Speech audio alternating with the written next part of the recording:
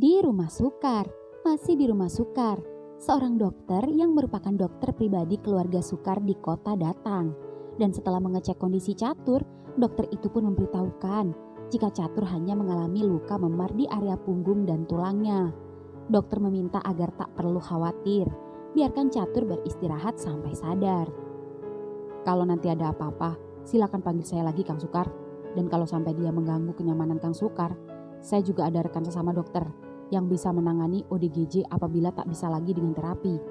Biasanya dengan bius, tapi kalau tidak mengancam keselamatan, biarkan saja. Iya dok, makasih banyak. Saya lebih suka melakukan pendekatan psikologi sendiri. Itu jauh lebih bagus. Kalau begitu, saya pamit. Makasih banyak dok. Sama-sama. Dokter pun pulang. Jadi, intinya gimana Kang? Tanya Salim khawatir. Tenang Kang Salim, Catur aman. Tapi kita tidak tahu kapan dia sadarnya. Semoga secepatnya. Syukurlah, saya lega. Saya nyesel mukul dia. Saya gak mau kehilangan sahabat saya lagi.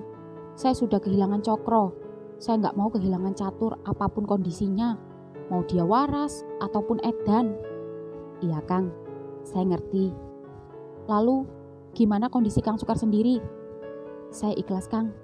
Saya memaklumi. Kalaupun saya sakit hati juga, dia bisa apa? Dia hanyalah seseorang yang sedang sakit jiwa karena cinta. Saya akan sakit hati jika dia sadar nanti dia tidak mengakui saya, Kang. Saya akan kecewa kalau dia bersama yang lain. Tapi itu hanya sebuah ketakutan dan kekhawatiran saya, Kang. Karena itu semua saya kembalikan pada takdir. Saya pasrah, saya ikhlas. Gak apa-apa. Saya saksinya. Saya akan mengatakan sejujur-jujurnya apabila Catur sadar kelak. Aduh, saya kok jadi gak tega tadi lihatnya. Saya bener-bener nyesel gak bisa nolong Kang Sukar. Saya juga masih heran sampai sekarang Kang. Padahal saya sering mandi bareng loh sama dia. Tapi Catur gak pernah kurang ngajar sama saya. Gak pernah pegang bokong saya. Gak pernah pegang yang lain. Padahal kita sering mandi telanjang bareng. Tapi kenapa sama Kang Sukar beda? Dan menganggap Kang Sukar Cokro. Padahal jelas-jelas wajahnya gak mirip. Tapi dari suara dan sikap hampir sama. Dan percis. Sumpah. Pasti sakit ya Kang? Tadi saya gak sengaja ngeliat. Maaf, Akang berdarah. Iya Kang, lumayan sakit Kang. Gak apa-apa, nanti saya akan ke kota cari salep dan obat. Astaga, Andre mana Kang? Waduh, saya sampai kelupaan. Saya pikir tadinya dia udah sampai sini. Ternyata belum. Kang, tolong Kang, cari dia lagi. Habis ini kita sarapan bareng Kang. Ya, saya cari dia lagi. Iya Kang. Kang Salim pun keluar mencari Andre lagi. Dan Sukar tidur di samping Catur, mengelus rambutnya. Dan sembari merasakan sisa-sisa rasa perih di pantatnya, Sukar bernyanyi. Makeh sun welas, tulus nong jero ati, atini sun ikhlas, masyota sing tiakoni, mung tetese embun, yohang tiati saksi, tangis piatin nison, hangsun jaluk, wis kiancang ngomari. Sak temene ati nison, sing ngelilyakno pujane ngati, nyanding wong liya.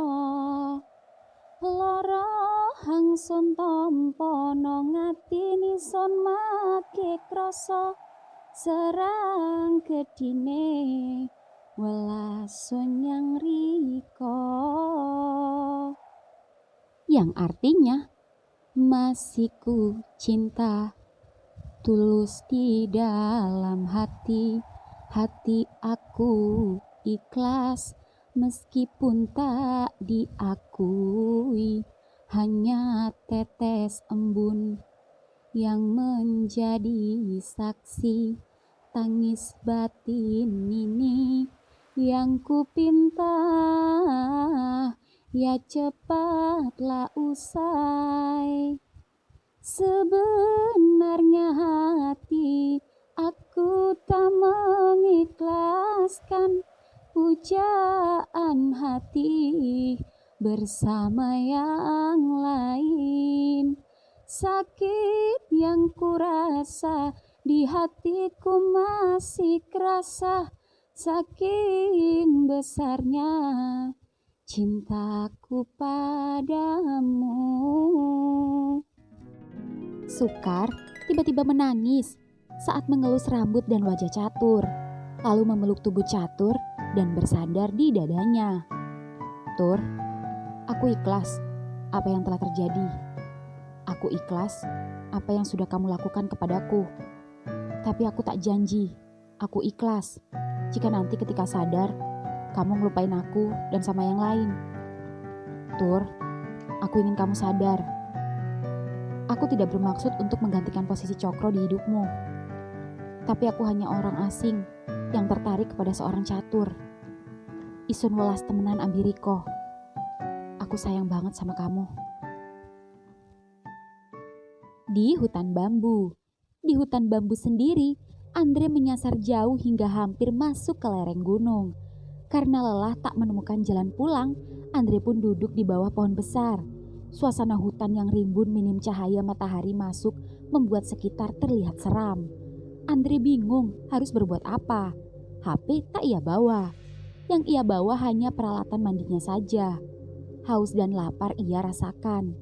Sedari tadi berteriak-teriak tak ada yang mendengar. Andre! Ah, itu pasti Kang Sukar. Kang, gue di sini Kang. Gue takut disantap macan Kang. Di mana? Di bawah pohon gede Kang. Andre, waduh, kok bisa sampai sini kamu? Kamu nyasar? Iya kayaknya Kang. Loh, ucap Andre memeluk Salim. Lepasin, gak mau, gue takut. Ya jangan meluk-meluk gini, biasa aja. Aneh badan gede tapi penakut. Biarin, lewat sini. Iya Kang. Salim lega, akhirnya Salim bisa menemukan Andre. Dan karena merasa bersalah karena meninggalkan Andre, Salim mau tak mau membiarkan Andre memeluknya sambil berjalan. Entah kenapa, pelukan Andre yang bertubuh muscle itu cukup membuatnya hangat di tengah hutan yang sangat dingin ini. Tak jauh berbeda dengan Andre, yang justru menjadikan kesempatan ini untuk memepet Salim terus. Ternyata memeluk cowok kampung itu enak juga. Empuk-empuk gimana gitu. Jangan kencang-kencang meluknya. Bodoh amat, gue takut, plus dingin. Udah Kang Salim diem aja. Toh gak ada yang ngeliat gue meluk Kang Salim. Dan ingat, ntar malam Kang Salim harus tidur di rumah Sukar. Temenin gue. Ya, iya. Makasih ya Kang. Kang Salim ganteng deh. Udah dari dulu. Iya percaya. Kang, lain kali Kang Salim bisa temenin gue ngonten gak di sekitar sini? Ngonten apa? Ngonten DJ. Tonton deh bang di channel gue, jangan lupa subs ya. Gak suka musik DJ. Aku sukanya musik kendang kempul, selalu di hati. Emang Akang gak pernah dengerin musik DJ? Gak pernah, males. Katro banget. Maksud gue, tapi tahu kan musik DJ? Ya tahu lah, emang aku deso banget apa? Yang jedak-jeduk itu kan, geleng-geleng kayak orang edian. Nah, itu tahu. Tapi gue gak edan, Catur tuh yang edan. Aku gak katro-katro juga kali. Orang lagu kendang kempul juga ada yang di DJ-in. Oh ya, bisa tuh kita duet. Apa jadinya kalau kendang lo featuring pioner gue? Ancur, rusak. Kagak lah, bagus tuh di remix. Jangan ngimpi, aku tetap menjunjung kesenian daerah yang orisinil dan gak tercemar dengan budaya barat. Tapi kan kita harus ngikutin alur zaman lah Kang. Kang Salim harus open minded. Zaman apa? Zaman edian. Tahu ayo cepetan jalannya. Aku khawatir sama Kang Sukar. Emang kenapa Sukar Kang? Nanti aja jelasinnya. Di rumah Widi. Di rumah Widi sendiri, setelah tadi subuh sempat bangun, Widi dan Wasis masih belum bangun. Padahal waktu telah menunjukkan pukul 11 siang. Keduanya masih nyaman berpelukan. Hingga akhirnya Widi terbangun terlebih dulu dan terkejut ketika tubuhnya berat dengan tangan wasis yang melingkar di tubuhnya. "Sis, wes awan nih Kai." "Wah, yakne wes, isun magi ngantuk. Isun luweh, arep masak." 5 menit biaen, yakni isun ngumpulaken nyawa sulung. Uga Riko aja masak. Isun kepingin ngajak Riko tuku rujak soto. Wes suwe sing madiang rujak soto. Tapi Riko hang traktir yo. Wasis pun kembali memeluk Widi, dan Widi tersenyum membelakangi Wasis. Ingin sekali Widi menghindar dan bersikap cuek. Tapi pelukan Wasis membuat Widi meleot. Setelah merasa nyawa Wasis terkumpul sempurna, Wasis duduk, Widi pun duduk. Keduanya saling menatap dan tersenyum. Namun, lagi-lagi Widi membuang muka karena malas menatap wajah tampan Wasis dengan rambut berantakan, tapi membuatnya selalu tampan. "Apuwo, kenapa? Sing paran-paran? Gak apa-apa. Ya udah, aku mandi duluan ya. Atau mau mandi bareng? Pusing. Riko biain sulung." "Enggak, kamu aja duluan." "Apuwo, sing ngiling bengene, Riko lang iso tau atus bebarengan. Yakni cepet." "Kenapa? Gak inget dulunya kamu dan aku pernah mandi bareng? Biar cepet." "Pusing." "Hah, keweden." "Hah, ketakutan." Keduanya pun bergantian mandi. Dan setelah selesai berangkat ke warung rujak soto bersama. Di rumah Sukar, sore ini Catur belum juga sadar. Sedangkan Kang Salim sudah pulang kembali ke rumahnya dari tadi. Dan siang ini Sukar hendak ke kota untuk ke apotik guna membeli salep untuk lubangnya yang masih lecet. Namun Sukar bingung bagaimana Catur sendirian di rumah. Sedangkan Andre pasti ketakutan tak berani menjaga Catur sendirian. Sukar mencoba menelpon Salim kembali. "Kang, di mana?" "Ya Kang, ini baru aja selesai cari tebu. Sekarang lagi di warung sama bapak. Gimana Kang?" "Sibuk gak Kang? Saya mau minta tolong jagain Catur. Saya mau beli obat di kota sekalian belanja. Tapi kalau Kang Salim sibuk gak apa-apa, gak usah. Besok-besok saja saya ke kota." "Oh siap Kang. Enggak kok, kan di warung ada bapak. Tapi saya boleh ngajak Kang Wasis sama Kang Widi gak? Biar mereka tahu kondisi Catur. Saya belum sempat ngabarin soalnya." "Gak apa-apa Kang, tentu saja saya seneng. Biar makin rame Kang. Dan tolong sekalian bawain gorengan ya Kang, campur. Buat cemilan di rumah. Nanti uangnya saya ganti. Saya tunggu ya Kang." "Siap, meluncur." "Gimana bro? Bisa? Syukur deh. Gue masih gak kebayang si Catur bisa ngelakuin itu ke lo. Gue juga mana tahu. Pasti masih nyari ya? Banget, masih kerasa. Tenang, ntar gue kasih tahu salep yang bagus. Dan gue pernah pakai. Palingan 2-3 hari udah sembuh. Tapi tergantung juga sih. Kalau dulu kan gue ngelakuinnya suka sama suka. Jadi sakitnya gak terlalu. Nah lo dipaksa. Pasti gak bisa dibayangin rasanya. Udah jangan dibahas. Makin nyeri gue kalau inget. Sorry, hehe." "Kang, ini gorengannya. Catur belum sadar ya?" "Belum Kang." "Ya sudah, biar saya yang jaga. Bentar lagi saya telepon Kang Wasis dan Kang Widi." "Iya Kang, ini uangnya. Oh iya, kalau mau ngopi di belakang bikin aja sendiri. Kalau lapar masak aja. Di kulkas ada bahan-bahan kok. Saya mungkin pulang agak maleman. Anggap aja kayak rumah sendiri." "Iya Kang, makasih. Jangan khawatir. Nanti kabarin saya ya Kang kalau Catur sadar." "Iya Kang, pasti." "Ya sudah, saya sama Andre berangkat ya." "Iya Kang, saya tak ngecat Kang Wasis dan Kang Widi." "Iya Kang." Dan ketika Sukar duluan masuk mobil, Andre masih di samping Salim dan menyerahkan HP-nya. "Nih, apaan?" "Catet, no WA lo di HP gue. Kalau ada apa-apa sama Catur, lo hubungin gue aja. Soalnya Sukar nyetir." Ya." Andre pun meninggalkan Salim dan mobil pun jalan. Dan baru aja mobil jalan, HP Salim berbunyi. Andre mengirimkan pesan, yaitu sebuah link. "Daripada lo gabut, mending lo tonton video gue. Gue jamin lo suka. Aku gak suka DJ. Lihat dulu." Dan ketika Salim memencet link tersebut, muncul video Andre yang sedang memainkan DJ sembari berjoget telanjang dada. dengan tarian yang sedikit erotis. Kemilau lampu DJ remang-remang menunjukkan pahatan-pahatan otot yang terlihat seksi. Aku gak suka musik DJ, gak bisa nikmatin, ucap Salim sok jaim, padahal masih menonton. Hah, jangan didengar musiknya, cukup tonton dan nikmatin goyangan DJ-nya. Salim tak membalas. Lagi-lagi Salim fokus menonton video Andre yang berdurasi 6 menit itu. Juga tak lupa mengintip komentar-komentar di sana. Salim sempat kebingungan dengan istilah-istilah komenan yang kebanyakan laki-laki dan hanya sedikit saja ceweknya. Ah, pasti bijinya bot nih. Aha, boti idaman gue nih keker, enak ditabok. Ih, jadi pengen netek. Bot maskel. Salim bingung dengan apa yang dimaksud bot oleh para netizen. Salim juga bingung melihat goyangan seksi Andre dengan musik remix dan dengan dance ala-ala striptease membuat Salim tiba-tiba tegang. Salim jadi ingat kejadian di sungai saat membantu memandikan Andre. Kulit putih halus mengkilap oleh lampu-lampu kelap-kelip DJ itu membuat Salim tak tahan. Salim seketika mencari kamar mandi dan begitu menemukan kamar mandi Sukar, Salim masuk. Ya, apalagi yang ia lakukan kalau tidak colai, ngakunya straight.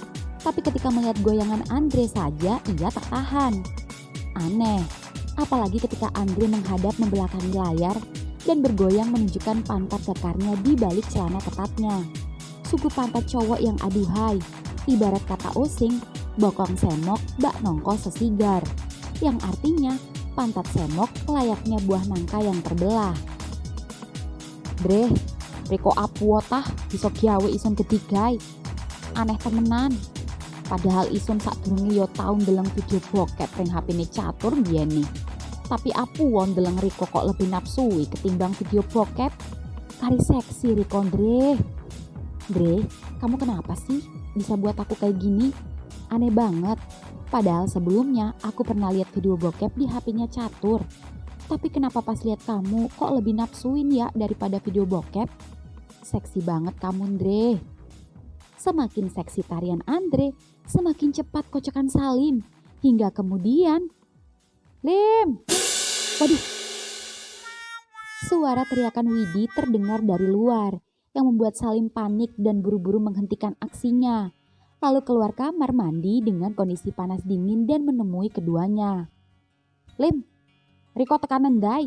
Apa warupan Riko koyo ketigau? Lim, kamu dari mana? Kenapa mukamu kayak begitu? Tanya Widi. Sing paran-paran Kang. Melebu Kang. Ayo tak urui catur. Gak apa-apa Kang. Masuk Kang. Ayo tak kasih tahu catur. Apu wo catur? Tanya Wasis. Ayo Kang. Delengno dewek. Ayo Kang liatin sendiri. Ketiganya pun masuk ke kamar Sukar. Dan melihat catur masih terbaring di ranjang Sukar. Eneng paran. Lawang larine turu ketigau. Ada apa orang anaknya lagi tidur gitu? Tanya Widi. Sembari Widi dan Salim duduk di ranjang di samping catur. Dan Wasis berjongkok bersandar di dinding dekat pintu. Salim pun menceritakan apa yang terjadi pada catur. Dan juga yang terjadi pada Sukar. Sampai keduanya syok. Terutama Widi yang menunjukkan ekspresi yang tak biasa. Kari serem Riko Tur.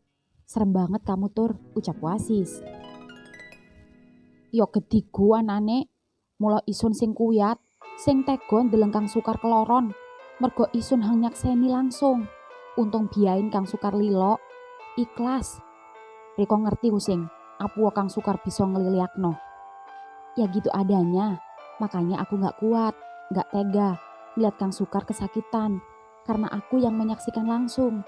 Untung saja Kang Sukar rela, ikhlas. Kamu ngerti gak kenapa Kang Sukar merelakan? Apu wolem? Tanya Widi kepo. Mergo Kang Sukar demen ambi catur. Hah? Teriak Wasis dan Widi kompak. Apu woh, saiki lari-lari kok akeh hang demeni lari lanang. Kenapa sekarang anak-anak kok pada banyak yang suka sama laki-laki? Ucap Wasis melirik Widi. Namun Widi membuang muka dan menatap catur. Lah iyo, isun saiki yo bingung, ambi Andre, koncone Kang Sukar. Isun pikir homo sisan, mergo ngudoni isun. Lah iya, aku sekarang ya bingung sama Andre. Aku pikir homo juga karena godain aku. Hah? Temenan Riko Lim? Hah? Yang bener kamu Lim? Tanya Widi. Iyo. Iki toh delengen WA nih. Ini loh, liatin pesan WA-nya. Dia DJ. Iyo. Wih, seksi banget Lim. Bodinya bikin ngiri. Jadi pengen punya body kayak gini. Gak usah kebanyakan tingkah. Itu kan dia DJ, makanya biar menunjang penampilan. Lah Kang Widi kan cuma tukang suling kendang kempul. Yang dibutuhkan cuma skill tiupan bibir, bukan body, ucap Salim. Emangnya tukang suling gak boleh punya body bagus? Gak boleh fitness? Ya udah, terserah Kang Widi aja. Menurut Kang Wasis gimana kalau Kang Widi fitness? Terserah dia saja. Body dia. Kalaupun bodinya bagus kan syukur. Biar banyak cewek yang naksir dia, ucap Wasis menatap Widi. Namun Widi diam saja. Kang, coba lihat komentar-komentarnya. Kok yang komen laki semua ya? Dan kebanyakan nuduh si Andre bot. Bot itu apa sih? Maksudnya itu mereka nuduh si Andre bot. Bot itu, aduh gimana ya? Bot itu kasarannya yang jadi ceweknya gitu loh. Maksudnya kayak Cokro. Iya, Cokro itu kan ceweknya. Dia yang ditusuk. Kalau Catur kan suaminya. Itu berarti Andre ceweknya? Iya. Badannya gede gitu, gak menjamin. Syukurlah. Hah? Maksud kamu? Oh, enggak. Gak apa-apa. Soalnya aku ngeri kalau ingat kejadian Kang Sukar ditusuk Catur tadi. Pasti sakit banget jadi bot. Itu kan pemaksaan. Kalau dilakukan suka sama suka, ya beda cerita. Oh gitu. Kalau Kang Widi sendiri? Hah? Aku.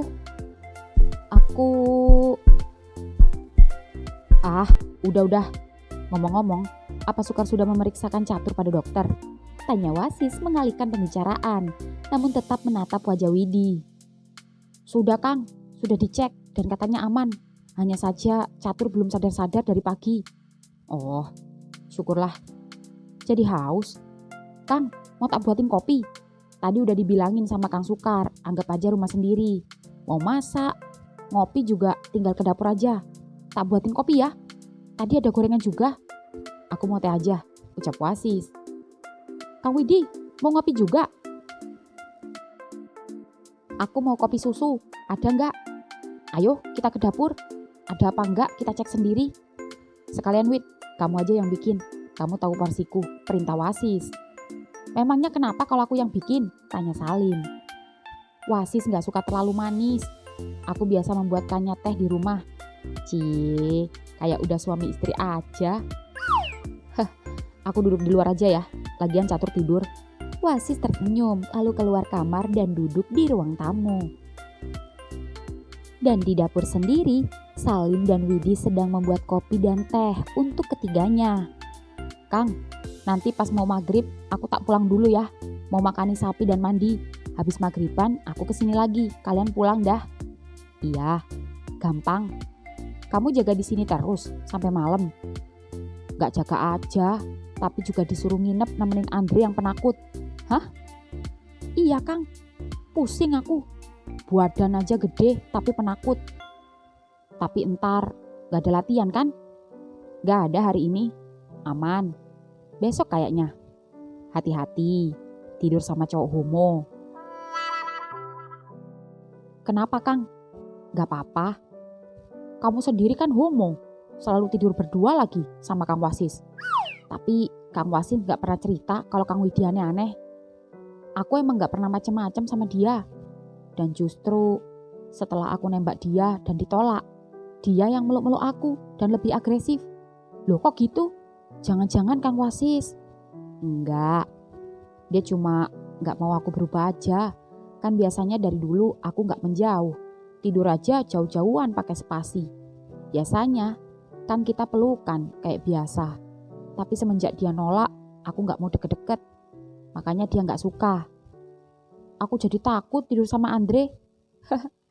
Ya, hati-hati aja. Di kamar Sukar sendiri, Catur terbangun. Dan ketika bangun, Catur merasa tubuhnya sakit semua. terutama bagian punggung dan leher di belakangnya. Dan dia bingung, dia saat ini berada di mana. Catur menyentuh kepalanya saat memperhatikan ruangan kamar di mana ia sekarang. Ya, Catur sadar. Tapi semakin sadar dan mulai berpikir macam-macam, kepalanya semakin sakit. Ya, Catur ingat betul, ini kamar Cokro. Tapi Cokro kan sudah tiada. Bagaimana dia bisa ada di sini? Apakah Catur sedang bermimpi? Mengapa kamar Cokro berubah? Mengapa banyak papan-papan yang tertutup kain putih? Papan apa itu? Catur yang penasaran mencoba beranjak dari ranjangnya. Dengan tertati-tati dan masih memegangi kepalanya yang sakit, Catur berjalan menghampiri papan-papan yang tertutup kain putih itu. Dan begitu sampai, set, jantung Catur berdetak kencang saat membuka satu papan yang ternyata lukisan itu. Catur melihat seorang laki-laki yang bertemu orang gila di sebuah jalan di samping makam. Lalu orang gila itu seperti sedang menyanyi di makam.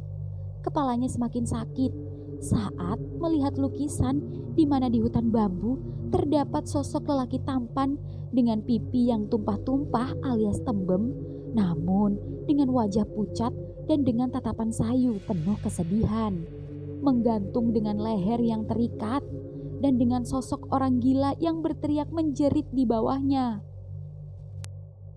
Cokro, Riko wis ing ono.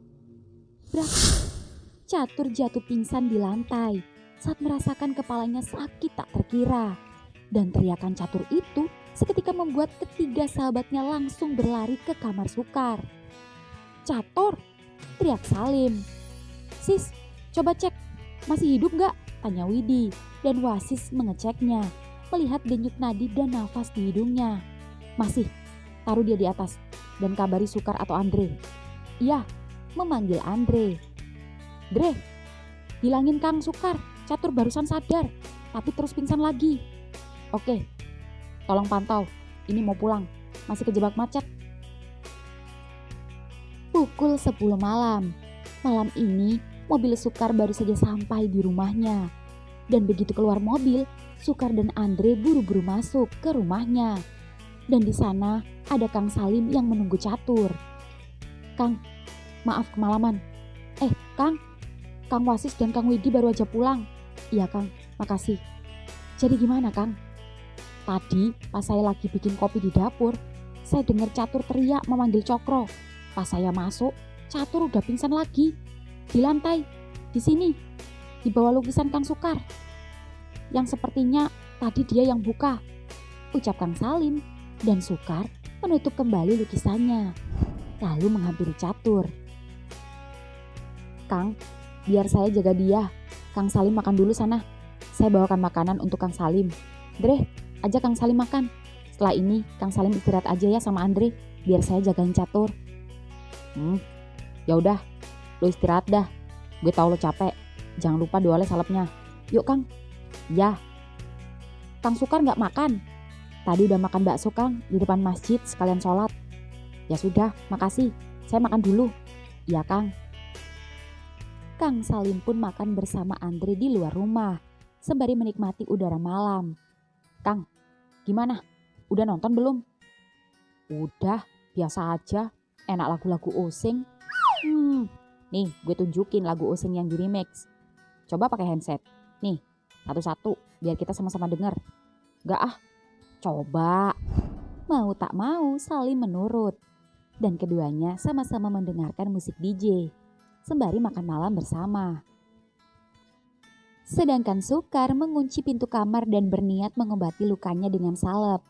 Sukar membuka celana jeans dan CD-nya, kemudian berdiri membelakangi Catur dan mengoleskan salep ke lubang yang sempat dinikmati Catur dengan paksa itu.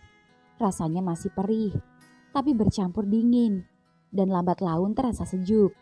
Sukar mengoleskan secara rata salep itu ke permukaan lubangnya, sembari bernyanyi lagu Osing. Saktemene ati nison sing ngalilyakno ujane ngati nyanding wong liya lara hangsun tampa nang atine sun make krasa sarang gedine welas sunyang rika, yang artinya sebenarnya hati aku tak merelakan pujaan hati bersama yang lain. Sakit yang ku terima di hati ini masih kerasa saking besarnya cintaku padamu. Sukar terkejut ketika melihat Catur terbangun dan duduk memperhatikan pantatnya. Catur, kamu sudah bangun? Alhamdulillah. Catur mendorong Sukar ke ranjang saat Sukar hendak mendekat dan memeluknya dalam keadaan tak pakai celana, lalu mencekeknya dengan kencang. Sopo Riko? Apu Riko ono ring kamari Cokro. Arep paran Riko. Siapa kamu? Kenapa kamu ada di kamar Cokro? Mau apa kamu? Ucap Catur marah, mencekek Sukar dengan posisi tak memakai celana. Cekekannya begitu kencang, sampai Sukar tak mampu berteriak minta tolong. Apalagi dengan kondisi Andre dan Kang Salim memakai headset mendengarkan lagu DJ. Cekikan Catur semakin kencang, rasa-rasanya Sukar tak mampu lagi bernafas. Mata Sukar tiba-tiba berkunang-kunang. Lalu perlahan-lahan mulai gelap. Sukar tak tahan lagi.